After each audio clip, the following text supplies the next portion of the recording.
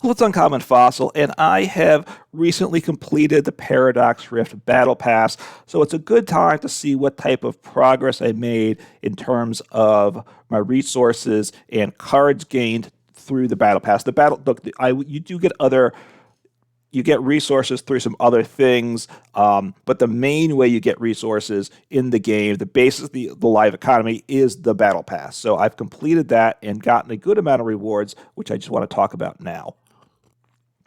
Uh, uh, since I finished it, it's a couple days ago I finished it, so some of these numbers, if I mention the numbers I finished with, they won't quite match, but the big issue is how much I gained. So coins, I gained over 7,000 coins. That's not particularly important, though. Of course, it gets you cosmetic items, which is fine.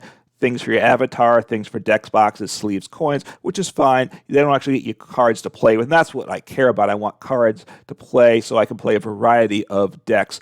As a budget player, I want to not spend little to no money, and so far in life, I spent $0, and I've been able to access really all the decks I want. I do think it's possible to do that as long as you're careful. So the currencies that count is crystals. I gained over 2,700 crystals over since the battle pass, from beginning of the battle pass to the end of the Paradox Rift battle pass, which that's a good number. And I've talked about in other videos, and I'm sure I'll do it again in the future. But what you want to do generally is convert your crystals into credits. The two best ways to do it are, one, by the Shadow Rider VMAX League Battle Deck.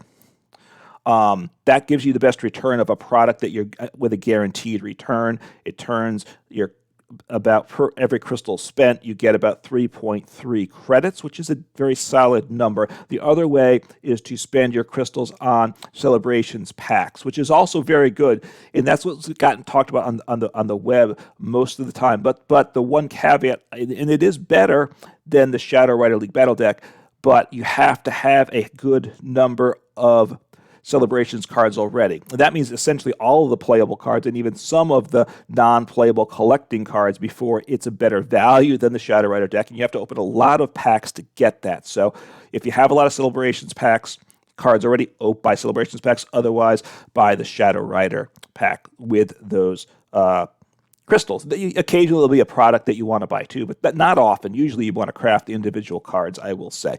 And then credits, which is really the heart of things, because that crafts the exact cards we want. I gained over 6,600 credits through the completion of the Battle Pass.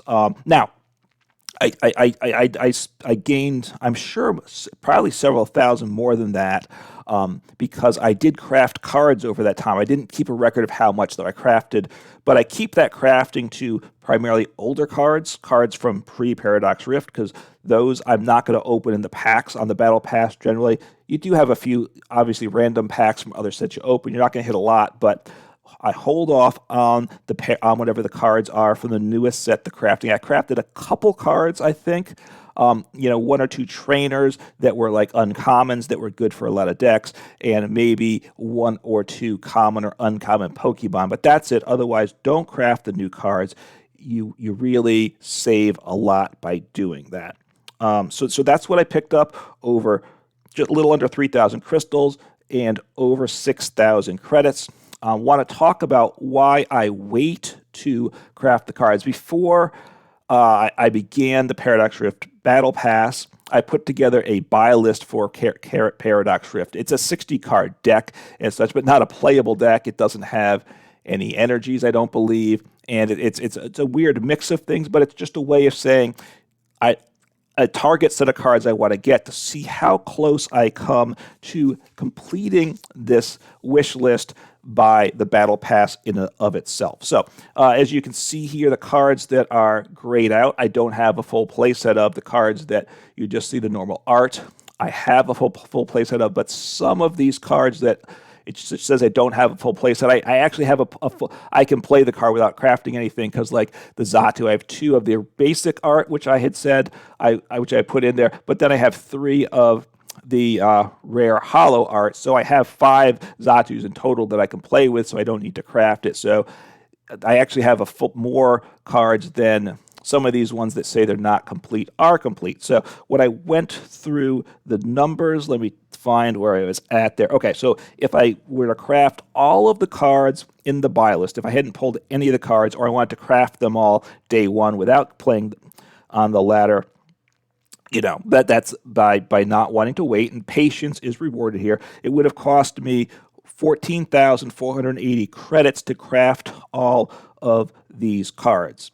And quite frankly, that's about the level of resource that I can get through completing the battle pass. So if I spent that, I have a lot less that I can get cards at the end of the day. So it would have cost me over 14,000 credits to do it. But I pulled, by waiting to craft cards, I pulled over 6,500 credits. So I pulled about 45% in terms of value of the cards I wanted. So just under 50% of what I wanted. So it would take me about 8,000 credits to complete the list. So of the list of cards I wanted, I pulled, in terms of value, that's the credits to craft them, 45% of the value of those cards. So to me, that's a big return. That over 6,000 credits that are cards I pulled, I can now spend on other cards that I want, because I want more cards than just this buy list, I have to say, right? That is the reality. I want some other cards that aren't on this wish list as well. So having more resources is a good thing. So anyway, so good benefit to waiting to craft cards till you complete the battle pass. Obviously, waiting isn't fun, and I get it why people don't want to do that. But ultimately, if you want to play a variety of decks and not actually spend your money, you need to wait. Otherwise, if you just want to play focus on like a handful of top meta decks, you don't need to spend as many resources. So you could craft your cards immediately. You're not going to play as many decks, and some people, that's what they want to do. For other people, you're willing to pay money. So if you're willing to pay money on buying codes, then go ahead, spend your money, craft the cards immediately. You're fine off that way. But if you're someone like myself, want to play a variety of decks, don't want to actually spend money, waiting is your friend. Now I've finished the battle pass, I can start playing these other decks. Like I believe I said, I crafted Iron Valiant, did an Iron Valiant Tapu Koko deck. I'm going to do some other Iron Valiant decks, and then we'll just kind of keep going with some of the newer decks. One other tidbit, a piece of information to pass along, is these daily quests. Now that I finished the battle pass, the value of the quest decreases a lot, right? The lower daily quest gets me some coins, which are only for cosmetics, and of course you get points to the battle pass. But I finished the battle pass, so those points are nothing. They give you no gain at this point. And the same thing for the other daily quest. I do get 60 credits and 500 points to the battle pass, but those 500 points are useless. I wish they would do something so that I would get some other reward. But you still want to complete the daily quest, or at least the second one, the more difficult one, because 60 crystals a day right now, you can see I have over 6 weeks to go. So 60 crystals a day over a 6-week period, you're going to get at over 2,500 crystals, and that's enough to buy some good products in the store, or convert those crystals into credits. And I said it's over 3-to-1, so you're going to get almost 8,000 credits when you convert it, and that will get you a lot of nice cards. So keep completing the daily quest, at least the daily quest that gets you the crystals. That you need to do that if you're a budget player. So when you're completing the battle pass, I believe I opened 75 packs plus 2 of the special crates with higher rarity cards. There were some additional rewards as you move up the rank ladder, and I'll get some more of that when the rank ladder ends. And I also watched the LAIC Twitch stream, which they were doing Twitch drops for that, and I got like 8 packs or something like that. So again, all those extra packs help. So things to take advantage of. If there's more Twitch drops in the future, I will try and do a more expansive video beforehand, giving everyone some notification. The other thing to keep in mind, so this ends from the time of recording 6 weeks and a day. So the next set coming out when the Battle Pass resets is Paldean Fates. That comes out January 26th, I believe.